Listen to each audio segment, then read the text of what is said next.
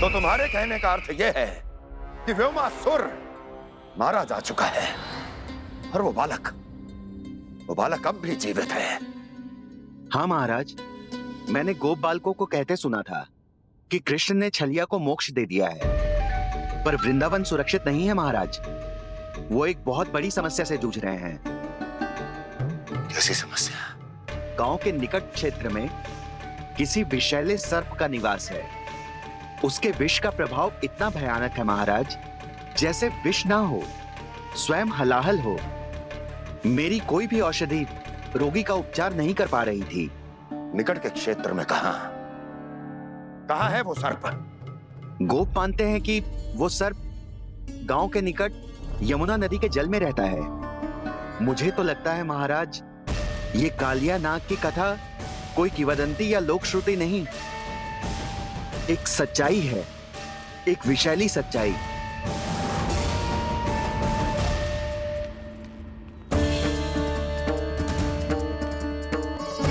कालिया का सामना करने का समय आ गया है, पर उससे पहले मुझे बुलाना होगा उन्हें।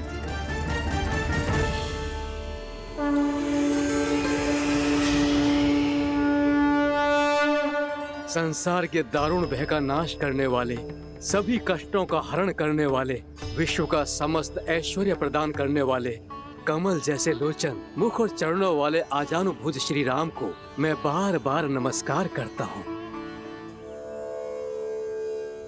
आपदामपहर्तारं दातारं सर्व संपदाम लोकाभिरामं श्री रामम भूयो भूयो नमाम्यहम्। कागभूषोंडी, कागभूषोंडी, कागभूषोंडी। प्रभु क्षमा करें, मुझे जाना होगा।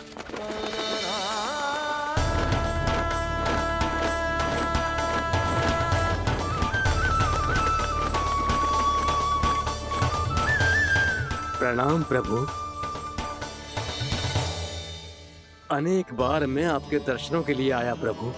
कभी नंद भवन के झरोखों से आपके दर्शन करके चला जाता था, तो कभी दूर किसी वृक्ष की आड़ से आपको निहार लिया करता था। आज आपने स्वयं मुझे बुलाकर धन्य कर दिया प्रभु।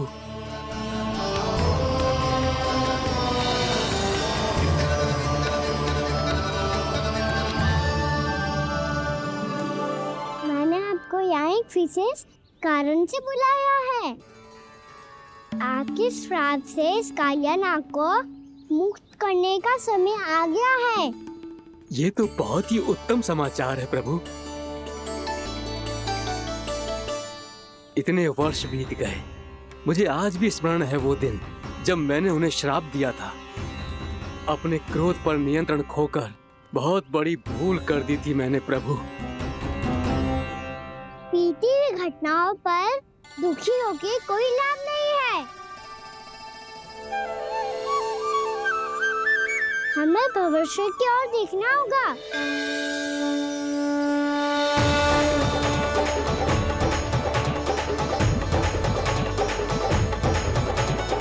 आदेश कीजिए प्रभु, क्या आज्ञा है आपकी?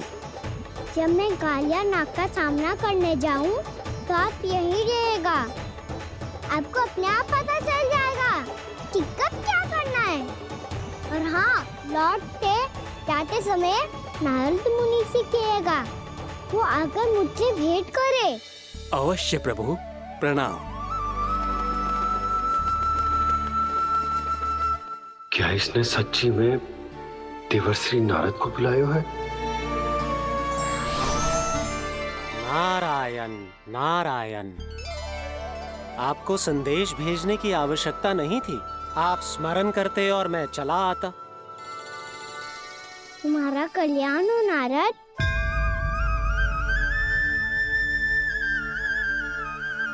मैंने तुम्हें एक विशेष कार्य के लिए बुलाया है। आज्ञा दीजिए प्रभु। तुम्हें एक बार फिर कंस से भेंट करनी होगी। विचार कीजिए महाराज, क्या आप बिना किसी शंका के कह सकते हैं कि कौन सी पंखुड़ी पहली है और कौन सी आठवीं? उस दुष्ट से भेंट करना स्वयं कीचड़ में उतरने के समान है प्रभु। कमल पुष्प प्राप्त करना हो तो कीचड़ में उतरना पड़ता है नारद। आपका आदेश तो मैं स्वप्न में भी नहीं टाल सकता प्रभु। कंस कालिया नाग के बारे में जान गया है, पर वो उसका सामना करने का साहस नहीं कर पाएगा। मैं आतुर हूँ प्राप्ति, मूर्ख नहीं। मेरी बुद्धि फिर नहीं गई है। मैं स्वयं उस कालिया जैसे महाविषैले सर्प के सामने खड़ा हो जाऊं और अपने ही काल को आमंत्रित कर लूं। तो फिर अपने लाभ के लिए उसका प्रयोग करने का कोई और उपाय सोचिए स्वामी।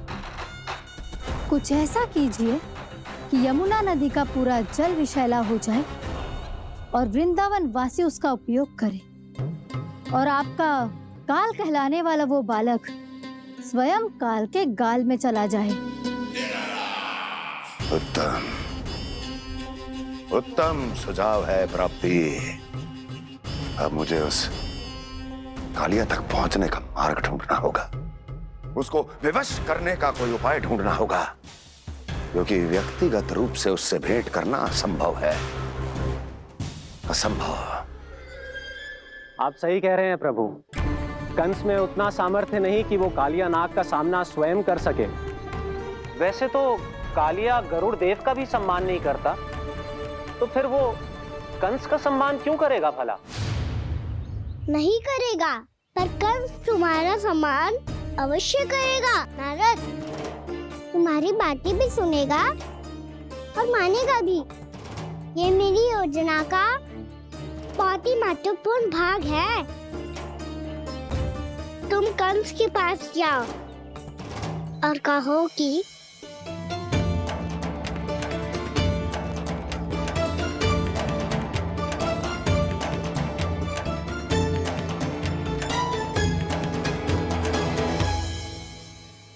संतान अपने माता पिता को तीर्थ का सौभाग्य दिलाती, और मेरा लल्ला कितना महान कि उसने हमारे घर को ही तीर्थ बना दिया।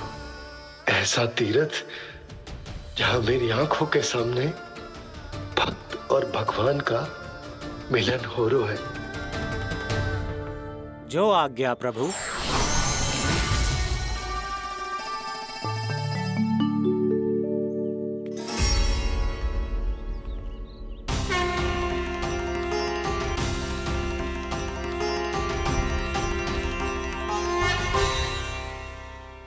बाबा, कान्हा, ये सब क्या चल रहा है? पहले काग भुसुंडी जी और फिर जे नारद जी। क्या योजना बना रहे हो तुम? कान्हा, बताना लल्ला, क्या सोच रहे तू? कान्हा देख, अगर तुझे अपने बाबा को ना बताना हो ना, अपने भक्त को बता दे। क्या सोच रहे हो लल्ला? क्या करने वाले हो आप?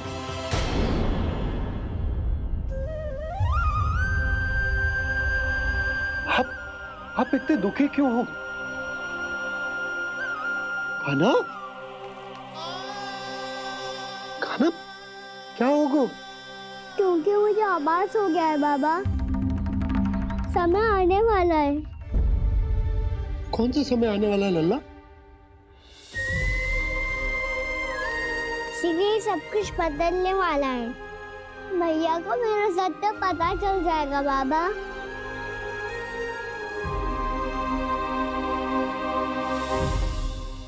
पर लल्ला, इसका काग भुसुंडी और कालिया नाग से क्या संबंध है?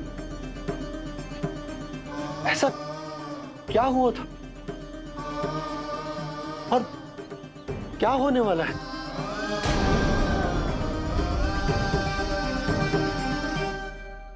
जो होने वाला है बाबा, उसका संबंध उससे है जो सैकड़ों वर्ष पहले हुआ था। महर्षि भृगु के एक वंशज थे वेद शिरोमणि, जो विंध्याचल की पहाड़ियों में साधना कर रहे थे। तभी वहाँ अश्वशिरा नाम के एक दूसरे मुनि आमंत्रण के बिना ही आ गए। कितना सुंदर और शांतिपूर्ण आश्रम है। यहाँ प्रभु की साधना करने में बहुत आनंद आएगा। शीघ्र ही अश्वशिरा मुनि उपस्थिति के कारण होने वाले व्यवधान से बाध्य होकर वेद शिरा मुनि ने अपनी आंखें खोली। कौन हो तुम और यहाँ क्या कर रहे हो? आपके आश्रम में बहुत शांति है मुनिवर। साधना करने के लिए बहुत ही उत्तम स्थान है ये। मैं चाहता हूँ कि मैं भी यहाँ। आप यहाँ साधना करना चाहते हैं, लेकिन इतना भी नहीं जानते कि किसी के आश्रम में प्रवेश करने से पहले उसकी आज्ञा लेनी चाहिए। आप ये भी नहीं जानते कि यदि कोई यज्ञ कर रहा हो तो बिना अनुमति के वहाँ प्रवेश करने से उसकी यज्ञ साधना भंग हो सकती है। आप क्या साधना करेंगे मुनि? आप तो साधना के योग्य ही नहीं हैं। इतना अपमान! एक मुनि के मुख से इतने कड़वे शब्द शोभा नहीं देते। मैं तुम्हें श्राप देता हूँ, जितनी विषैली तुम्हारी जिह्वा है उतने ही विषैले सर्प बन जाओ तुम। और ऐसा सर्प जो सांस भी ले तो निकट का वातावरण दूषित हो जाए।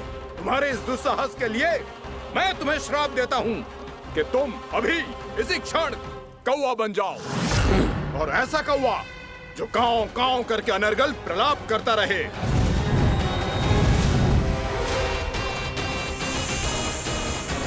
ये मैंने क्या किया? ये मैंने क्या किया? क्रोध के कारण दोनों ने एक दूसरे को श्राप दे दिया। पर दोनों ही मेरे भक्त हैं और भगवान होकर मैं अपने भक्तों को इतनी कठिनाई में कैसे देख सकता था। इसीलिए जिस संकट में उन दोनों ने अपने आप को फंसा लिया था, उसका समाधान करने में मैं उनके पास गया।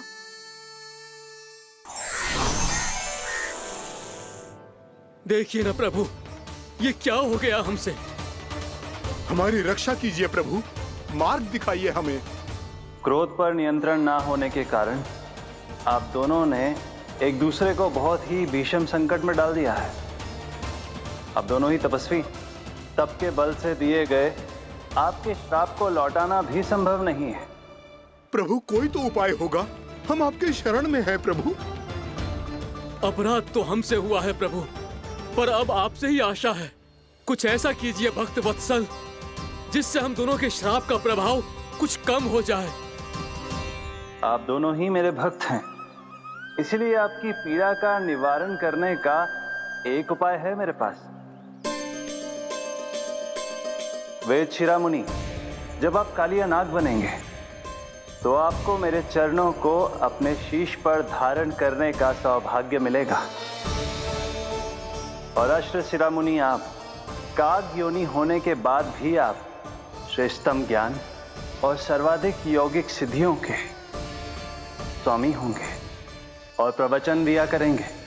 इसके बाद अश्वशिरा मुनि काकभूषुंडी बन गए, जिन्होंने आगे चलकर स्वयं गरुड़ देव को रामायण सुनाई। और मुनि वेदशिरा महर्षि कश्यप और देवी कैत्रियों के पुत्र कालिया नाग बनकर जल में। और अब वही कालिया नाग जमुना जी में, जिनके कारण जानकी के प्राण लगभग चले ही गए थे। अब कालिया नाग को उचित स्थान पर भेजने का समय आ गया है बाबा। पर ये तो अच्छी बात है कान, वेद शिरा मुनि को दिया हुआ तुम्हारा वचन भी पूरा हो जाएगा, जमुना जी की शुद्धि भी हो जाएगी। इस सब के बाद भी तुम दुखी क्यों हो? क्योंकि इसके बाद मैया के सामने मेरा रहस्य खुल जाएगा बाबा। उन्हें पता चल जाएगा कि उनका बालक कोई साधारण बालक ना है। भविष्य में जो होने वाला है उसे सबके सामने घटने से रोकना मेरे लिए भी संभव ना होगा। मैया को सब पता चल जाएगा। क्या पता चल जाएगा रे मुझे?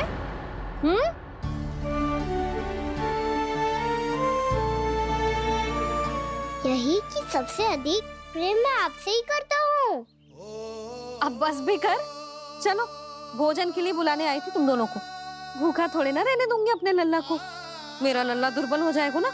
आप खिलाओगे तो ही खाऊंगा। हाँ ठीक है, मैं ही खिलाऊंगी। अब चल, आओ जी, चल।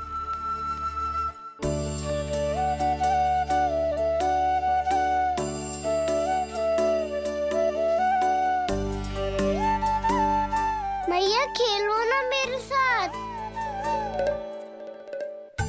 मैया सुनो ना। मेरी बात ना मानोगी? अभी बहुत कार्य पड़े लल्ला, देख जानकी को औषधि भी देने जानो है ना। क्या औषधि मैं दे दूंगा, फिर तो खेलोगी ना आप मेरे साथ? पिछले कुछ दिनों से अपनी मैया का अधिक से अधिक प्रेम पाने का प्रयास करो है कान्हा। इसका तो एक ही अर्थ हो सकता कि कछु बहुत बड़ो होने वालों है। कान्हा रुक जा लल्ला। कान्हा क्यों तंग कर रहा है, मैया को पहन लेना। कान्हा, कान्हा, ये क्या करो तूने?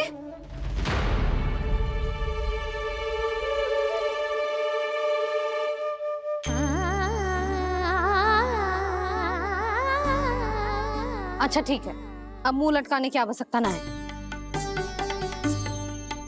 ये ले।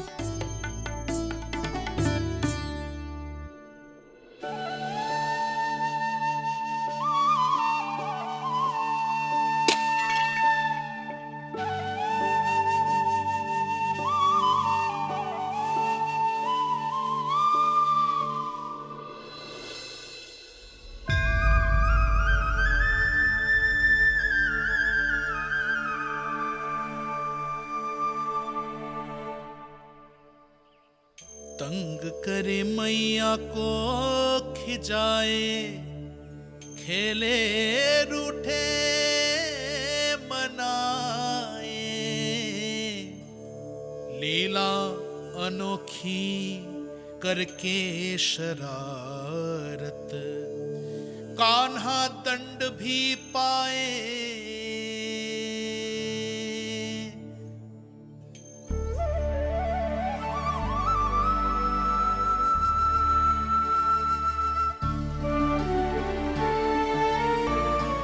रूठना मनाना, खेलना खिलाना, पहले शरारत करके क्रोध दिलाना और फिर क्षमा मांग लेना, ये सब जानबूझकर कर रहे है कान्हा। जैसे जीवन भर के लिए अपनी मैया की ममता को अपने हृदय में समेट कर रखना चाहते हो। कैसे कैसे करूं उस कालिया से मित्रता, कैसे करूं उसका उपयोग?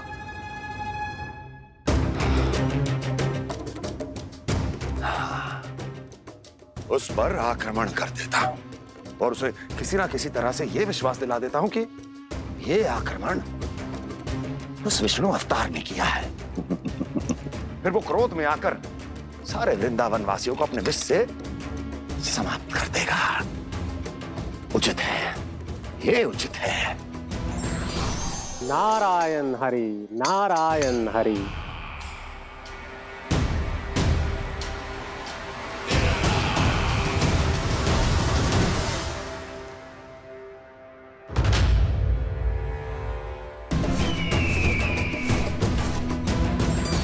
नारायण हरि, नारायण हरि।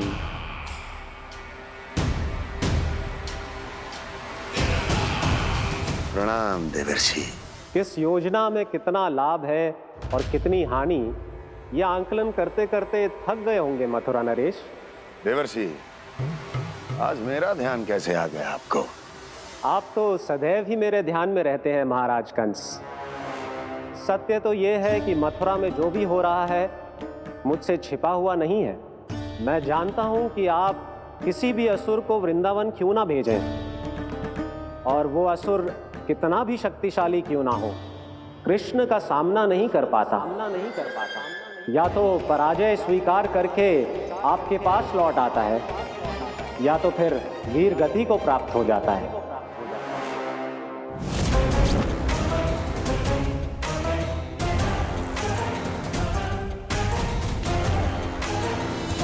वाह, मुझे मेरी असफलताएं स्मरण कराने आए हैं, मेरे घाव को खुरेदने आए हैं, उन पे नमक छिड़कने आए हैं।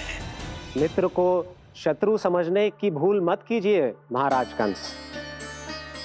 मैं तो आपकी सहायता करने आया हूं। हाँ, और मेरी सहायता। कृष्ण विष्णु अवतार है, आप विष्णु के भक्त हैं। मैं हूं विष्णु द्रोही, फिर भी जो आपके आराध्य को हानि पहुंचाना चाहता है उसकी सहायता करना चाहते हैं आप। क्या आप निश्चित रूप से कह सकते हैं कि आप ब्रह्मांड के सभी नियमों को अच्छी तरह समझते हैं? अवश्य। आपके लिए बस इतना ही जानना पर्याप्त होगा कि मैं जो कुछ भी कर रहा हूँ उसके लिए मेरे व्यक्तिगत कारण हैं। मैं तो बस आपके हित में पिछली बार की तरह एक सुझाव लेके आया था, पर यदि आप मेरा सुझाव सुनना भी नहीं चाहते तो आपकी इच्छा। नारायण हरि, नारायण हरि। कारण चाहे जो हो, इनके पिछले सुझाव के कारण ही आज मेरे शत्रुओं की संख्या कम है। अन्यथा मैं देवकी के अन्य पुत्रों को भी जीवित छोड़ देता और आज वो सब अपने भाई के साथ मिलकर उसकी शक्ति को अनेक गुना बढ़ा देते। ठहरिए देव ऋषि।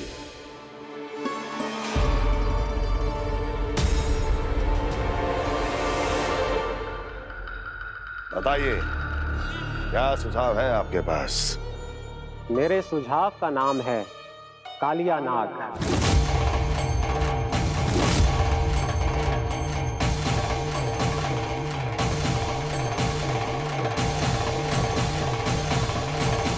उसके विषय में मैं जानता हूं देवर्षि।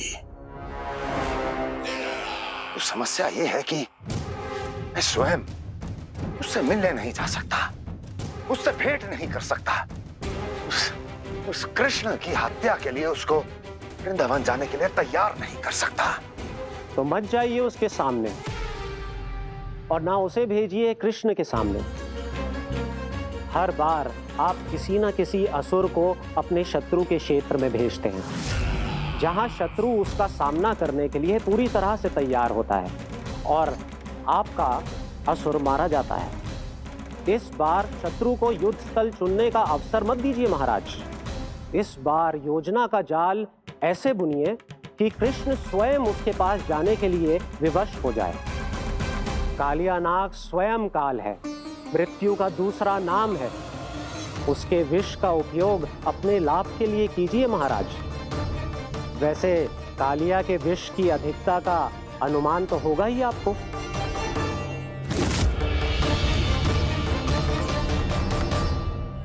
एक बार जो उसके क्षेत्र में पहुंच गया, फिर उसके विष से बचना असंभव है। उचित सुझाव है देवर्षि, उचित सुझाव है। देवर्षि, उस छलिया विष्णु की भक्ति करते करते आप भी उसके रंग ढंग सीख गए हैं। उचित है, उचित है।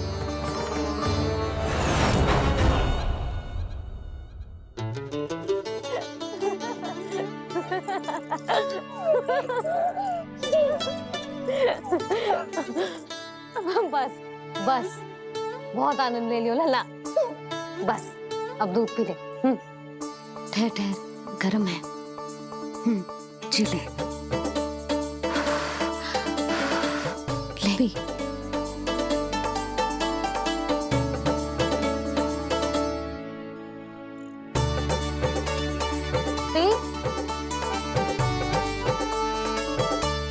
मैं ना होती तो ना जाने क्या होता तेरा। अपने आप दूध भी ना पी सकते है, भावला कहेगा। आपकी इस प्रेम के लिए तो मैं धरती पे आया हूँ मैया। मैं भी यही सोच रहा हूँ यशोदा कि तुम ना होती तो मेरा क्या होता। इसी बात पे थोड़ा दूध और कजू खाने को दे दो। अरे मैं तो भूल ही गई। तनिक ठहर जाओ जी, जे दूध पी लेना तो आपके लिए भी कछु ले आती हूँ।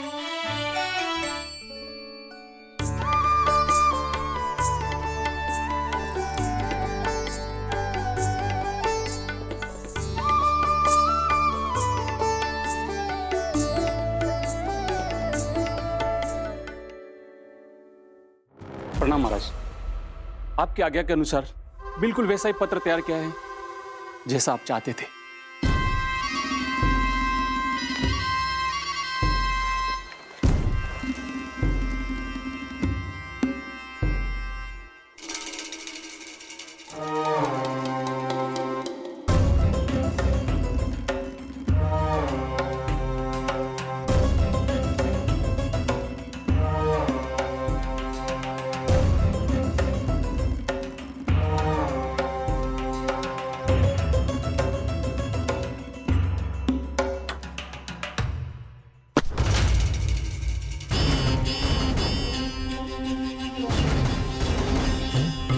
कृष्ण जन्म से लेकर आज तक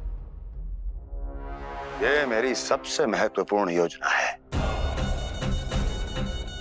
इसका सफल होना निश्चित है दूत, किंतु केवल वही करना जैसा मैंने कहा है। जाओ।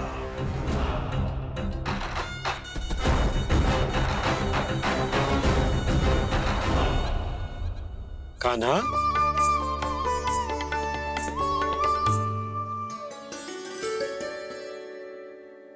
क्या होगा?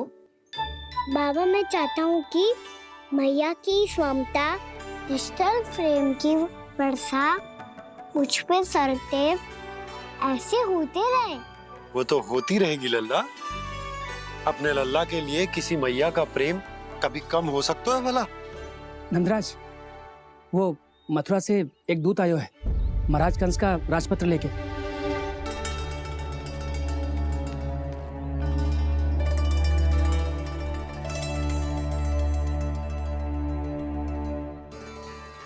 कान्हा, अब क्या करने वाला है?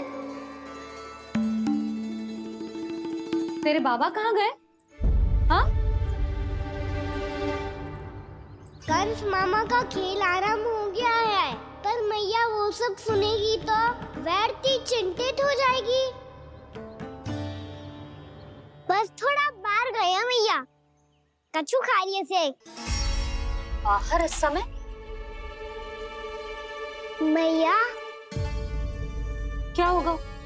मैया देखो ना, पीठ पे कछु हो रहा है। मेरा हाथ ना पहुंच रहा, आप करो ना। दिखा। यहाँ? क्षमा करना मैया, पर अभी बाबा को ही संभालने दो ये सब। कहिए, क्या संदेश लाए हैं आप? नहीं नंदराज, नहीं। महाराज कंस का आदेश है कि ये संदेश सभी गांव वालों के साथ ही पढ़ा जाए। ठीक है, मैं गांव वालों के सामने पढ़ दूंगा, पर मुझे तो दीजिए पढ़ने के लिए। महाराज की आज्ञा का पालन करना आपके लिए भी आवश्यक है नंदराज। सभी गांव वासियों की सभा बुलाइए। बंसी, सभी गांव वालों की सभा बुलाओ। राजपत्र में ऐसा क्या संदेश भेजो है कंस ने? अब मेरे पत्र को पढ़कर सब भौचक के रह जाएंगे। और वो कृष्ण, उस कृष्ण के पांव के नीचे से तो भूमि खिसक जाएगी, आकाश फट पड़ेगा, बिजलियां गिर जाएंगी। प्राप्ति, ओ प्राप्ति, कंस का पत्र। स्वयं को बहुत अधिक शक्तिशाली समझता है ना वो। अब देखता हूं कैसे वो इस महासंकट का सामना करता है। वो कृष्ण, वो अपनी मृत्यु स्वयं चुनेगा या मृत्यु की वेदी पर चढ़ा देगा प्रिय वृंदावन वासियों को।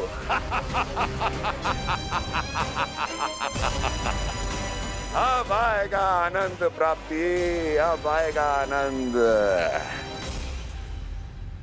सबको इकट्ठा करवा के ही पढ़वाएगो। अवश्य ही कोई विशेष संदेश दिया होगा कंस ने। मैं भी यही सोच रही हूँ सुलक्षणा जी, कछु ना कछु तो विशेष है, पर जे हो क्या सकता है? हाँ, बात तो सही है। ऐसा क्या हो सकता है? सभी गांव वासियों के सामने कहा जाए, कछु तो विशेष अवश्य लग रहा है। बाहर तक कोलाहल क्यों हो रहा है? मैया, मैया, अब क्या होगा? मैया देखो ना, सर पे कछु हो रहा है। लल्ला, नारायण ने तुझे हाथ दिए हैं ना? पीठ की बात अन्य थी। अपने सिर की सेवा स्वयं कर। सर पे तो हाथ पहुंच रहा है ना?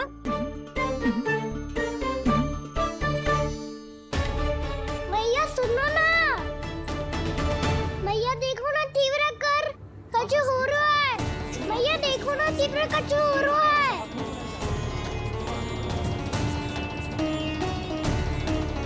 सब लोग आ चुके हैं, अपना संदेश सुनाइए आप। गोपराज नंद और सभी वृंदावन वासियों को सूचित किया जाता है कि मथुरा अधिपति और आप सभी के महाराज कंस ने कल सुबह भव्य पूजा का आयोजन किया है। इसके लिए राज्य को वृंदावन के क्षेत्र के निकट यमुना नदी के मध्य में खिलने वाले 1 कोटि कमल के पुष्पों की आवश्यकता है। इसीलिए आप सभी को यह आदेश दिया जाता है कि ये सभी कमल के पुष्प प्रथम पहर से पहले राजसभा में पहुंचा दिए जाए। इतने सारे वो भी प्रथम पहर से पहले कैसे हो सकते हैं? यदि आप ऐसा करने में असफल रहे तो इसे राज आज्ञा का उल्लंघन माना जाएगा और राजद्रोह के आरोप में आप सभी को कड़े से कड़ा दंड दिया जाएगा। स्मरण रहे, यदि कल की पूजा में इन 1 कोटि कमल के पुष्पों का ना पहुंचने के कारण कोई व्यवधान आया तो समस्त वृंदावन वासियों को दोषी माना जाएगा और पूरे गांव को निवासियों सहित धूल में मिला दिया जाएगा। कल प्रथम पहर तक का ही समय है आप सबके पास।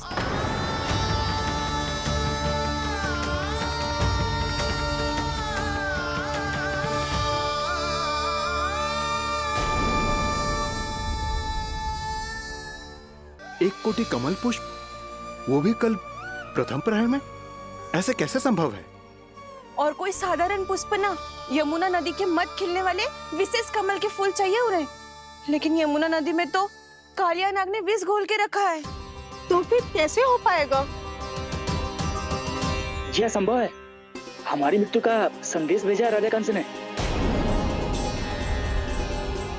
सदैव की भांति इस समस्या पर भी गांव के बड़े ही विचार करेंगे। बालकों का यहाँ होना उचित ना है।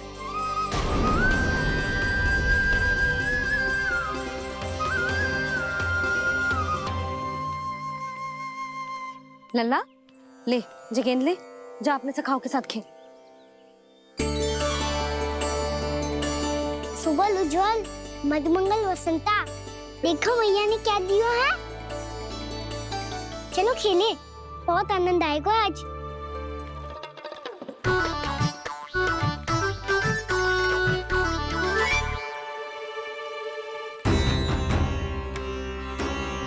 भानु, बंसी, जाओ और शीघ्र ही वो घेरे का कार्य समाप्त करो।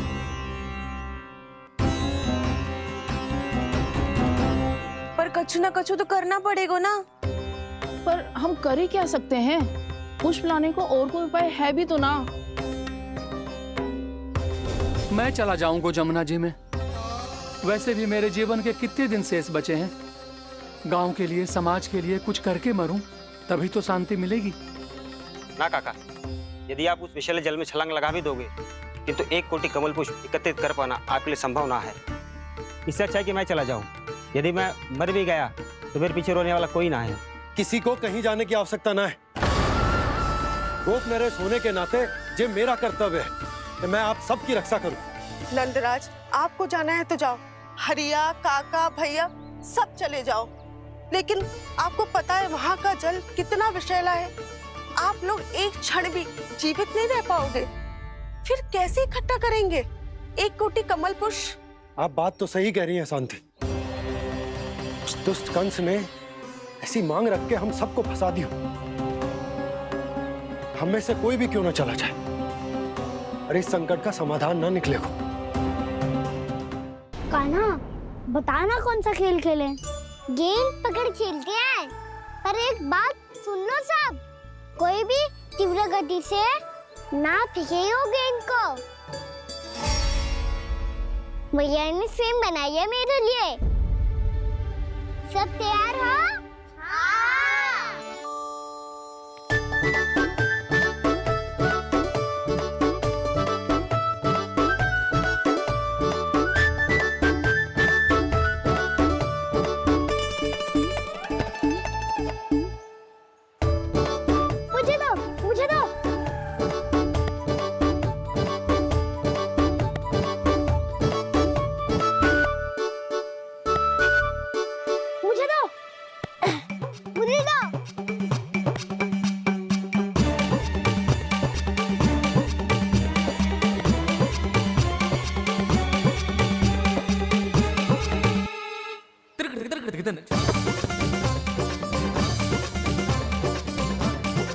कान्हा, इतनी धीरे से फेंकेगो तो कैसे आनंद आएगा? थोड़ा बल लगा के फेंक।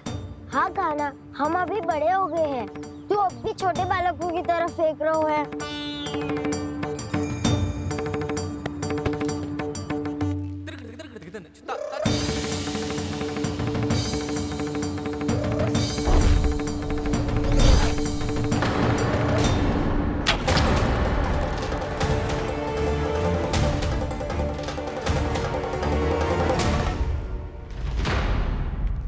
दीदी जी क्या करो कान्हा, गेंद तो डूब गई।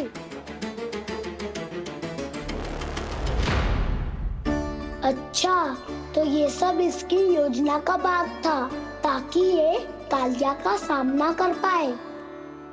तुम सबने तो कही थी तीव्र गति से फेंको, देखो सिखवा दी ना मेरी गेम मुझसे नदी में। अब मुझे जाके लानी पड़ेगी। रुक जा कान्हा, रुक जा कान्हा। जी क्या बोल रहे थे कान्हा? इसमें तो बहुत संकट है। कोई भी संकट मेरी मैया का उपहार खोने से बड़ा ना है। बहुत प्रेम से बना के उन्होंने दी थी। हे नारायण, कोई उपाय समझ में ना आ रहा है। मैया, अब कैसे करेंगे हम अपने गांव की रक्षा? कीड़े पड़ेंगे उस दुष्ट को। यदि उसके कारण किसी के प्राण चले गए तो कौन सा फल मिलेगा उसे इस पूजा का? तुम सही कह रही हो यशोदा।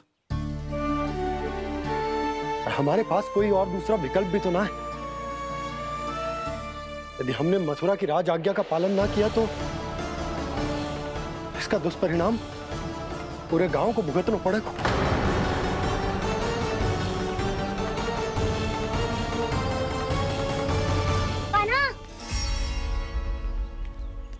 हमें पता है कि तू भगवान है, दिव्य है, बहुत शक्ति है तुझमें,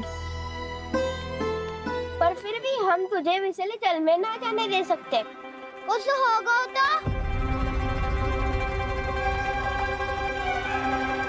तुम सब इतनी हट कर रहे हो तो ठीक है, ना जाऊंगा।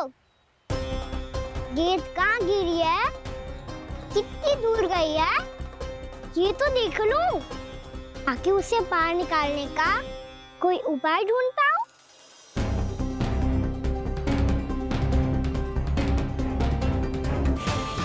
हाँ।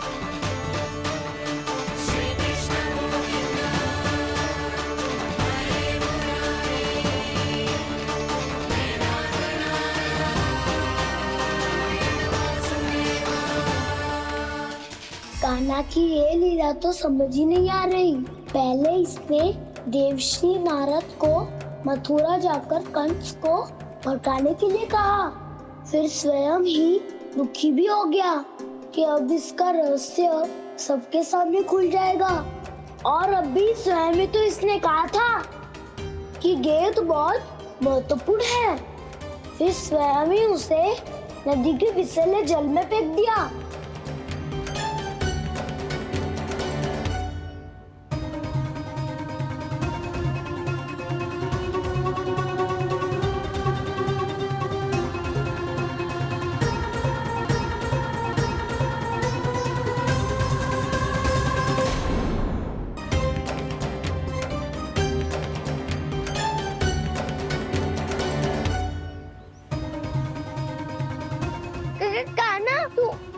ऊपर क्यों चढ़ रहा है?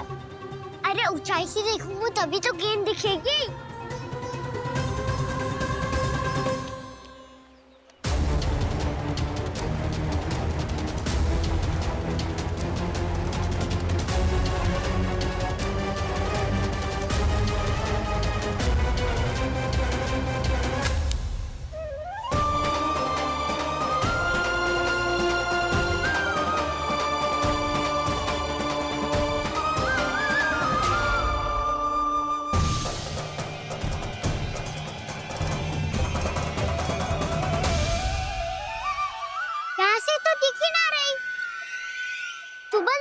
से फेंकी थी ना? ना वहाँ से फेंकी थी। कहाँ से? नहीं ना वहाँ से। समझ ना आ रहा, ठीक बताना कहाँ से फेंकी थी?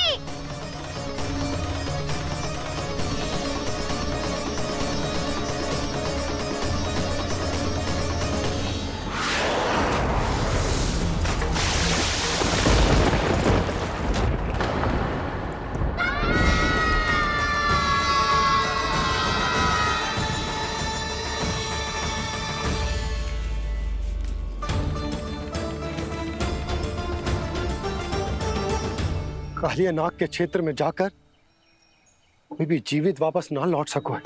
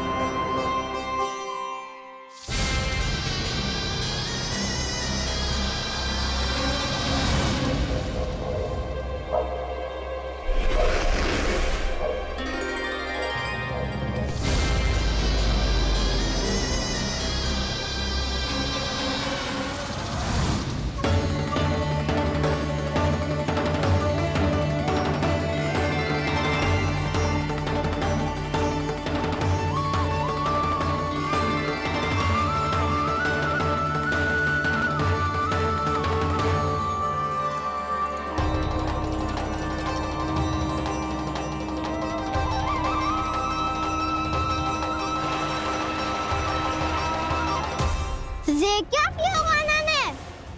कालिया नाग तो उसे देखते ही निकल जाएगा।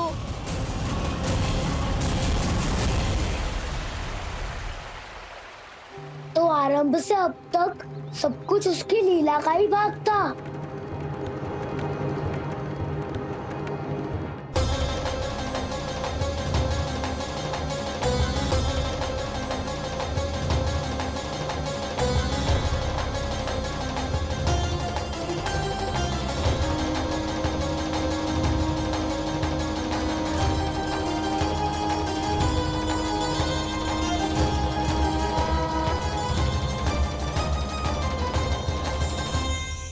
इतना सुंदर रूप, मन मोहने वाली मुस्कान, अद्भुत तेज और भगवान जैसी दिव्यता। कौन हो तुम? हाँ, तुम्हें देखकर तो हम सब सम्मोहित ही हो गए।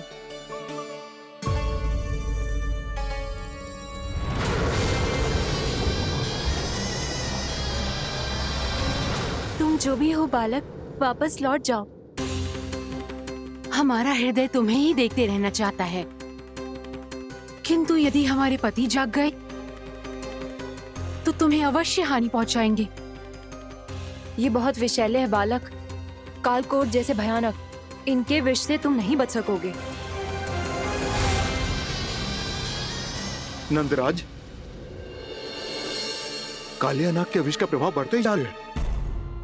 पहले 8 कोस तक उसके विष का प्रभाव था, अब तो 1 योजन से अधिक क्षेत्र में फैलो है। जल पीने के प्रयास से अनेक पशु मारे गए हैं और नदी के निकट के वृक्ष और वनस्पति सब नष्ट होने लगे।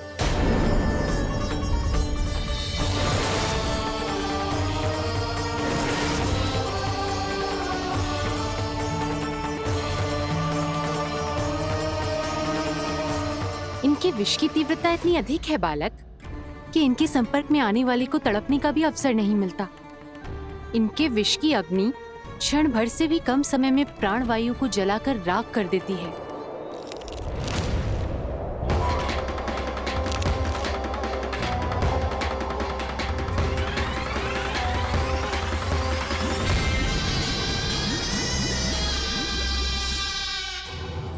तब तो समस्या और भी गंभीर हो जाएगी।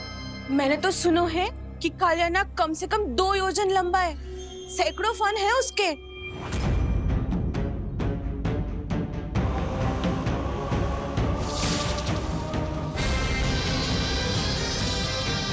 इसका अर्थ तो ये है कि हम दोनों ओर से फंस गए। एक और कंस को 1 कोटि कमल पुष्प देने जो कि कालिया नाग के क्षेत्र में पड़ते हैं, और दूसरी ओर उस कालिया नाग का विष यमुना जी के क्षेत्र में बढ़ता ही जा रहा।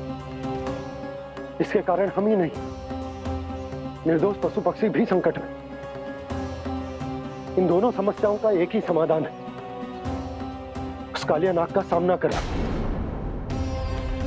और ये ना समझ आ रहा कि हम ये करेंगे कैसे, क्योंकि ये बात साधारण मनुष्य के बस की ना, हमारे लिए ये असंभव है।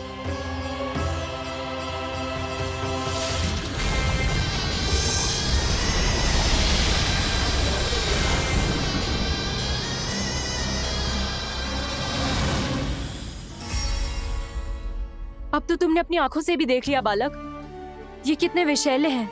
नींद में भी विष उगलते हैं। इससे पहले कि तुम्हें कुछ हो जाए, चले जाओ यहाँ से, मान लो हमारी बात। आप सब मुझे जानती भी नहीं और फिर भी मेरी इतनी चिंता कर रही हैं आप। माँ की ममता भेदभाव नहीं जानती। तुम भी किसी के पुत्र हो और हम सब भी माँ हैं। एक माँ को हर बालक में अपनी ही संतान दिखाई देती है। इसलिए हम तुमसे विनती करते हैं, वापस चले जाओ, बचा लो अपने प्राण। मेरी चिंता मत कीजिए, मुझे कुछ नहीं होगा। होगा, अनर्थ होगा यदि ये उठ गए तो।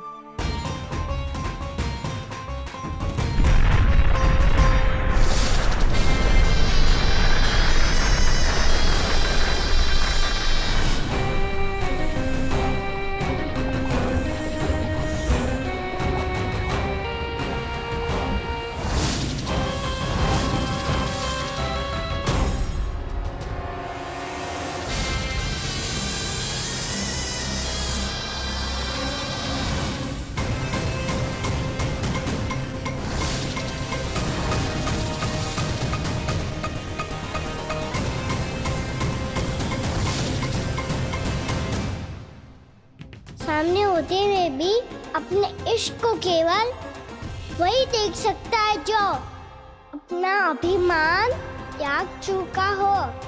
पर पूर्व जन्म में मेरा भक्त होने के नाते मेरा सत्य स्वरूप देख पाने में मुझे इसकी सहायता करनी चाहिए।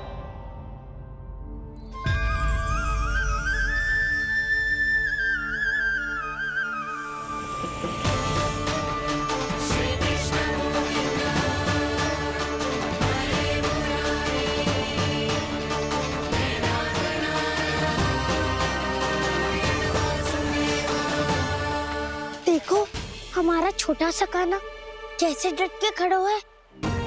इतने विशालकाय, इतने महाभयंकर सबके सामने।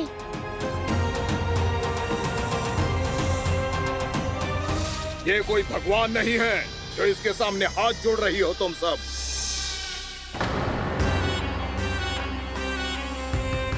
एक सामान्य साधारण बालक है ये, जो ये तक नहीं जानता कि इसके सामने है इसका काल, कालिया। तू कौन है बालक? मेरे इतने निकट आकर भी तू जीवित कैसे है? मेरी नहीं, अपनी चिंता करो कालिया। बहुत मनमानी कर ली तुमने। अब बस मैं तुम्हें रोकना हूँ। अब बस मैं तुम्हें रोकना हूँ। मैं तुम्हें रोकना हूँ।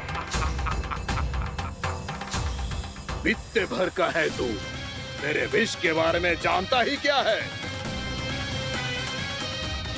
और कहता है मुझे रोकने आया है। किससे? किससे रोकना चाहता है तू मुझे? मुझे क्रोध दिलाने की भूल मत कर बालक। अपनी फुंकार से ही तेरी इस मुस्कुराहट को अंतिम मुस्कुराहट बना सकता हूं मैं। शीघ्र बता, कौन है तू और किसने भेजा है तुझे? तुम्हें आवाज दी है कि अपनी पुकारों से तुम कितना विष भूल चुके हो।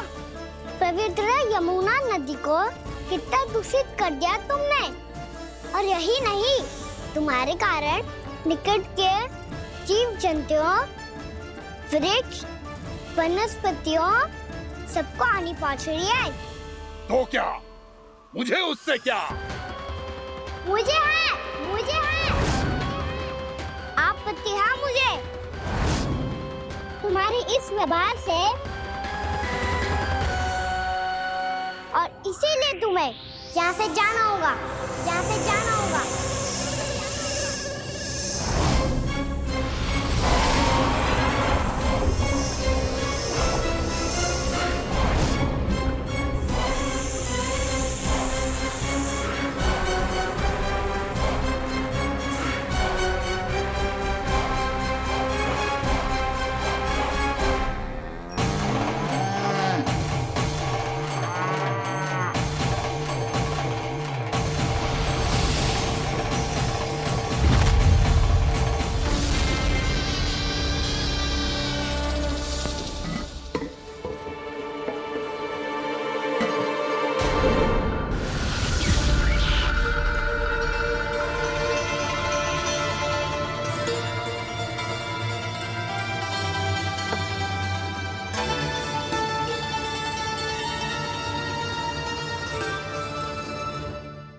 मुझे आदेश देने का साहस भी कैसे किया तूने?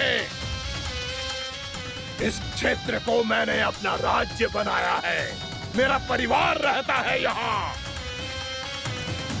और तू मुझे यहाँ से जाने के लिए कह रहा है? हाँ, क्योंकि तुम्हारे यहाँ रहने के कारण अन्य जीवों को हानि हो रही है और मैं ऐसा नहीं होने दे सकता। मैं तो बस वही कर रहा हूँ जो एक सर्प का स्वभाव है। विष फैलाना स्वाभाविक है मेरे लिए, इसलिए मुझे चुनौती मत दे बालक। चुनौती तो मैं दे चुका हूँ कालिया। अब तो बस तुम्हें स्वीकार करनी है।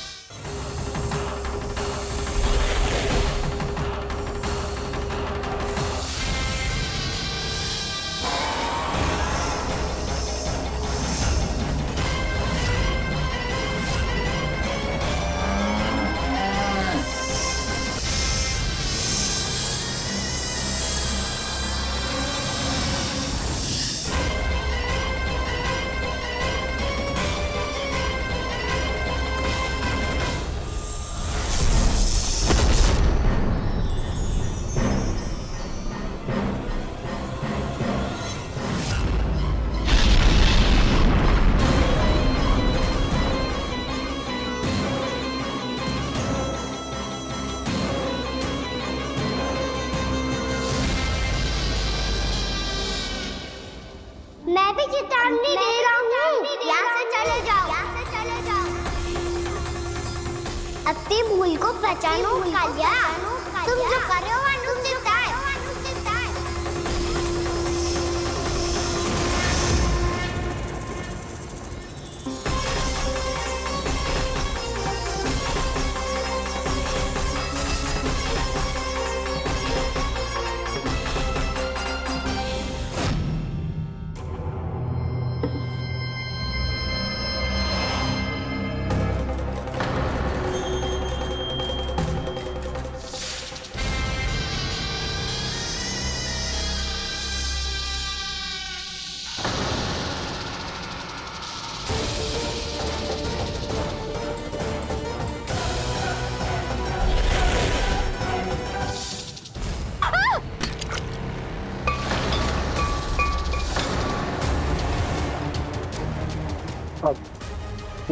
मैं आता हूँ। क्या हो गया सुधा? मुझे आवाज हो रहा है जी, कछु ना कछु गड़बड़ है। यशोदा, जो समस्या हमारे सामने है, हम सभी उसका समाधान खोजने में जुटे। तुम विश्वास करो, मैं कोई ना कोई समाधान अवश्य ढूंढ लूंगा।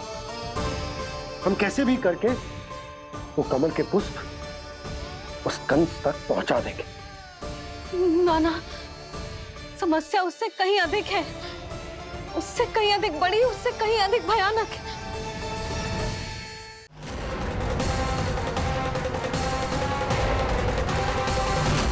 विस्की ये बूंद से ही सबके प्राण चले जाते हैं। इसने तो विस्की धारियां फेंकी है खाना पे।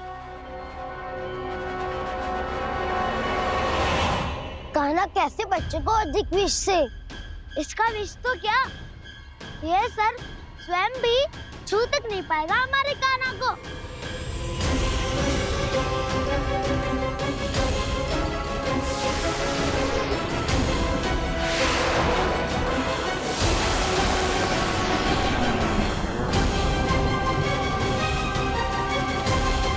तुम्हारे सखा को, मेरे भाई को कोई हानि नहीं पहुंचा पाएगा। ये कान्हा का सत्य चाहे जो हो बलराम, पर अभी तो जो एक बालक ही है ना। देखो कैसे विष के कारण स्थिर हो गया है।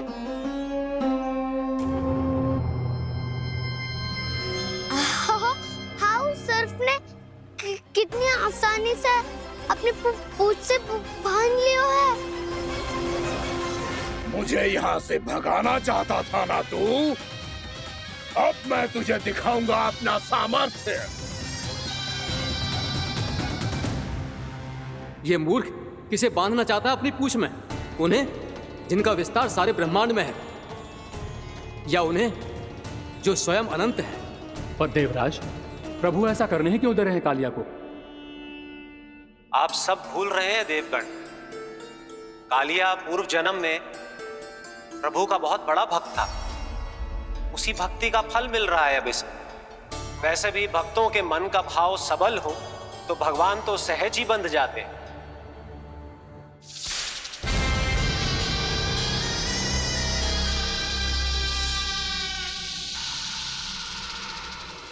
बलराम, तुमने ही तो कही थी कान्हा को कछु ना होगो। देखो उस दुष्ट ने चारों ओर से जकड़ लियो है।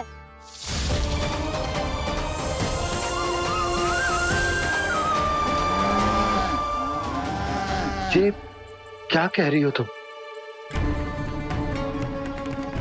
जसोदा जी, क्या हुआ? घबरा क्यों रही हो आप?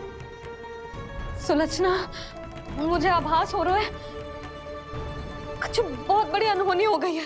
नंदराज, नंदराज, नंदराज!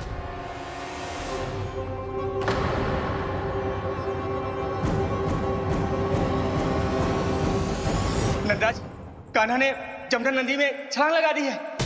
कान्हा ने जमना नदी में छलांग लगा दी है। कान्हा ने जमना नदी में छलांग लगा दी है। कान्हा जमना में कूद गया है। मुझे लगा था आज कछु गड़बड़ होने वाली है। मुझे आज कान्हा को ना जाने देना चाहिए था।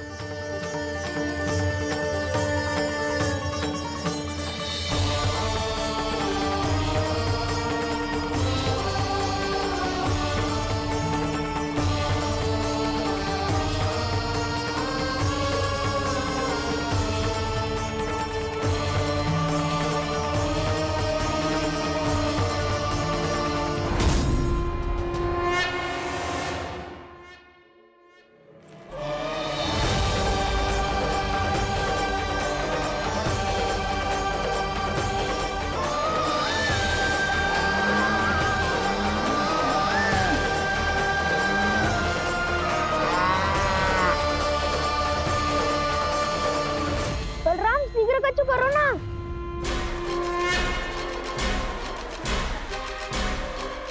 कछु भी करो पर कान्हा को बचाओ। नाग बहुत भयंकर है। कान्हा अकेले ना संभाल पाएगा इसे।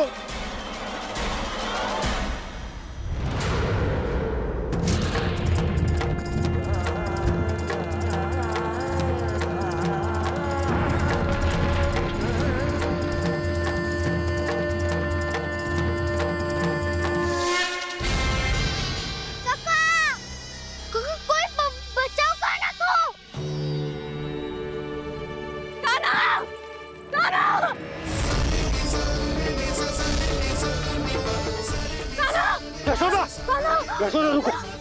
छोड़ दो मुझे, छोड़ दो मुझे। जीजी संभालो, बावली हो गई है। जीजी संभालो। कान्हा, कान्हा।